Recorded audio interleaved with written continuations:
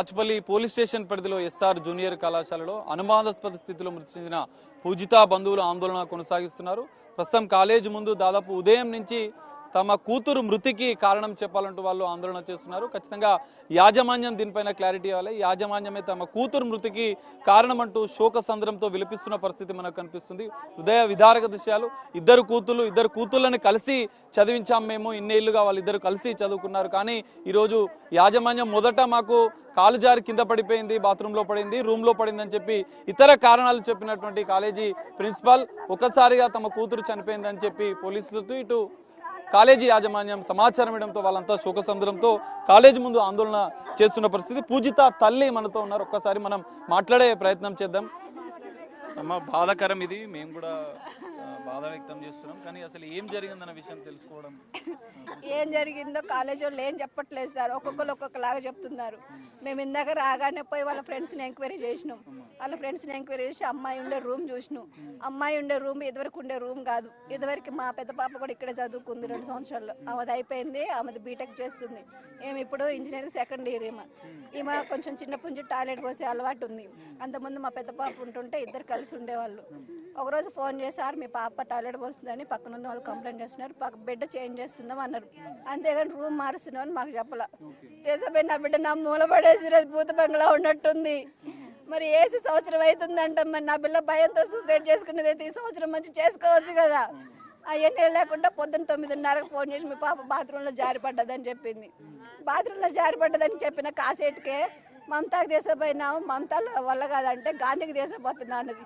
ఎక్కడ బోరబండ, ఎక్కడ గాంధీ, బోరబండ నుంచి గాంధీ హాస్పిటల్ పోతే మళ్ళీ బాచిపల్లి పోలీసు వాళ్ళు ఫోన్ చేసి ఇక్కడికి వచ్చి సంతకం పెట్టి మీ పాప బాడీని తీసుకుపోయారంటే మళ్ళీ పోలీస్ స్టేషన్కి పోతే పోలీస్ స్టేషన్ నుంచి మళ్ళీ ఇక్కడికి వస్తే ఇంతవరకు నా బిడ్డ ముఖమే చూసుకోలేదు. మేము ఏం చెప్పిందంటే తలా ఒక కథ పడుతున్నారు. ఆ రూమ్ పోయి చూసి వచ్చినాం. ఆ సెక్యూరిటీని వాళ్ళందరిని అడిగితే మంచం ఇట్లున్న మంచం ఇట్లా వేసుకుంది, దాని మీద పరుపులు వేసుకుంది, బకెట్ వేసుకుని ఊరేసుకుంది అన్నారు. మేము పోయి చూస్తే మంచం లాగే ఉంది. ఆడ బకెట్ లేదు, పరుపు లేదు, ఏమీ లేదు. ఆ గుడ్డ ఎందుకు ఎప్పదీసిర్రంటే మా మేడం ఎప్పదీయమన్నదని ఇప్పుడు అడగంగా ఈడంటుండు, నువ్వు పిల్లని హాస్పిటల్ తీసుకుపోయినాక ఎట్నే ఉంచాలా, ఎందుకు తీసినావు నువ్వు, నీకు అంత అవసరమే ఉంది, నువ్వు ఇవన్నీ సదిరి నువ్వు మాకన్నా ముందు పోలీస్ స్టేషన్లో కూర్చోవలసిన అవసరమే ఉంది. మేము వచ్చేటప్పటికే గుంపులు పోలీసులు ఉన్నారు. ఇంతవరకు మాకు ఏ న్యాయం తేలేదు. నా బిడ్డనే చూడలేదు నేను. నా బిడ్డని ఎట్లా ఇచ్చిన వాళ్ళు ముక్కలు కోసిస్తున్నట్టు నాకు నా బిడ్డనే. ఇప్పుడు నేను ఎట్లా తీసుకోవాలని నా బిడ్డనే. నేను కన్నది వీళ్ళకి ముక్కలు కోసుకోవడానికా? నేను కన్నది వీళ్ళ కోసమా?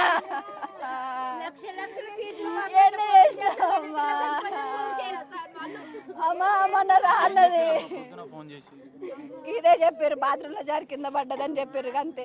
తర్వాత వచ్చి ఇట్లా జరిగితే మీ పాపను గాంధీకి తీసుకుపోతుందో అని అన్నారు. ఒక పోలీసు ఫోన్ చేసిండు, ఒక ఆయన ఫోన్ చేసి మీ పాప సంతకం పెట్టి డెడ్ బాడీ తీసుకుపోండి అన్నాడు. అంతే. అప్పుడు అర్థమైంది మా పాప చచ్చిపోయిందని.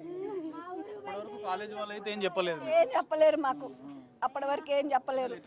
ఎందుకంటే ఇద్దరు అమ్మాయిలు కలిసి చదువుకునే వాళ్ళు ధైర్యంగా మంచిగా. మా పాప చాలా చలాకి పిల్ల అండి.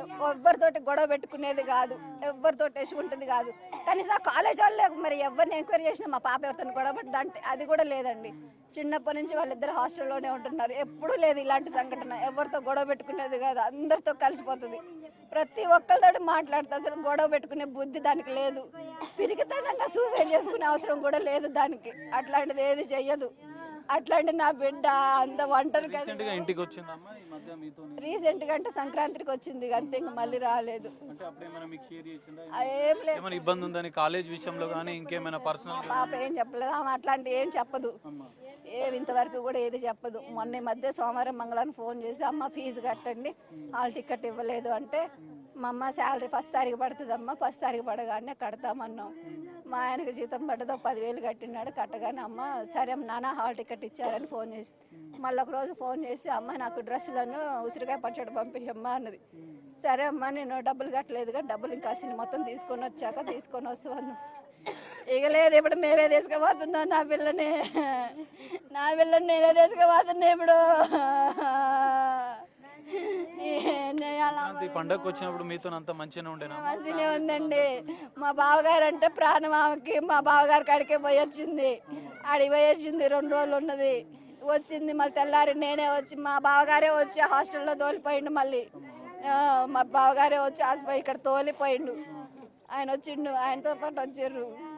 రోజు ఫోన్ చేస్తుంటదా? నిన్న మొన్న అంటే లాస్ట్ గా మీతో మాట్లాడినప్పుడు అయితే నాకు చెయ్యదండి, ఎక్కువ వాళ్ళ నాన్నగారికి చేస్తుంది. నా ఫోన్ ఆఫీస్లో ఉంటుంది. నాకు ఫోన్ చేసిన మామూలుగా ఏదన్నా స్నాక్స్ లేవమ్మా, స్నాక్స్ అయిపోయినాయి, దాని గురించి చేస్తుంది తప్ప ఇంకా వేరే ఏం కంప్లైంట్ చేయదు. స్నాక్స్ అయిపోతే ఫోన్ చేస్తుంది. నేను 15 రోజులు ఒకసారి, 10 రోజులకు ఒకసారి సండే నాకు లీవ్ పికప్ ఉంటుంది, నేను వచ్చిపోతుంటాను అంతే. ఇక వచ్చినప్పుడు కూడా ఏం చెప్పదు, కాలేజీలో ఏమైనా ఇబ్బందులు ఉన్నాయని కానీ, లేకపోతే లెక్చర్స్ విషయంలో ఇంకేమైనా మీతోనేమైనా షేర్ చేసిందా? లేకపోతే వాళ్ళ నాన్నకు ఫోన్ చేసినప్పుడు లాస్ట్గా ఏం మాట్లాడారు? వాళ్ళ నాన్నకు కూడా ఏం చెప్పలేదు. స్కాలర్షిప్ గురించి మాట్లాడింది, డబ్బుల గురించి మాట్లాడింది అబ్బా. మా మేడం ఇట్లా అన్నది అట్లా అన్నదని ఏం చెప్పలేదు. కానీ పిల్లనైతే నిన్న సాయంత్రం తిట్టిందంట. ఏదో గొడవ పెట్టుకున్నారు, మరి ఇక ఏం జరిగిందో ఏమో మనకు తెలియదు. ప్రిన్సిపల్ మేడమే తిట్టిందంట. ప్రిన్సిపల్ ఏం తిట్టింది ఏమో బయటికి రాలేదు, ఆ దొంగ మొండ కాంటాడలేదు. పూజిత అంటే మీ కూతురు ఫ్రెండ్స్ ని మీరు మాట్లాడారు, వాళ్ళు ఏమని చెప్పారు? ఫ్రెండ్స్ ని ఎంక్వైరీ చేస్తేనే నిన్న సాయంత్రం అయితే తిట్టింది. ఎందుకు తిట్టిందో మాకు కూడా తెలియదు, అందరితో మంచిగా ఉంటుంది అట్లా ఏం లేదు. నిన్న సాయంత్రం మేడం తిట్టింది అని చెప్పింది, అదొకటైతే చెప్పారు. ఇక పిల్లగాళ్ళని కూడా ఎవరు ఆడట్లేదు. ఇప్పుడు సెక్యూరిటీ చెప్పేది ఒకలాగా ఉంది, వార్డెన్ మేడం చెప్పేది ఒకలాగా ఉంది. మనిషికి ఒక్కొక్కటి చెప్తున్నారు. మరి ఇక ఈ పోలీసులు ఏం చేస్తారో ఎవరేం చేస్తారు. వార్డెన్తో కానీ ప్రిన్సిపల్తో కానీ మీరు మాట్లాడారమ్మా? వాళ్ళు ఏమైనా మీకు కలిసి ఏమైనా చెప్పారా? వాళ్ళేం చెప్పలేదు. మామూలుగా ఇక్కడ మా వాళ్ళు మాట్లాడుతుంటే చెప్తున్నారు. ఇక మమ్మల్ని రానివ్వట్లేదు, మా వాళ్ళు మాట్లాడుతున్నారు అంతే. పూజిత అంటే లేదమ్మా, ఇప్పుడు ఎట్లా న్యాయం ఏం కావాలి? ఎందుకంటే యాజమాన్యం నిర్లక్ష్యం వల్లనే జరిగిందని చెప్పి మీరు ఆరోపిస్తున్నారు. వాళ్ళనే జరిగింది, ఇంకేం న్యాయం చేస్తారు సార్? పోయిన నా బిడ్డనైతే తీసుకురాలేరు కదా, ఇంకేం న్యాయం చేస్తారు? ఏమొచ్చి నాకేం కష్టం తీరుతాయి? నా బిడ్డను తీసుకురారు కదా. నేను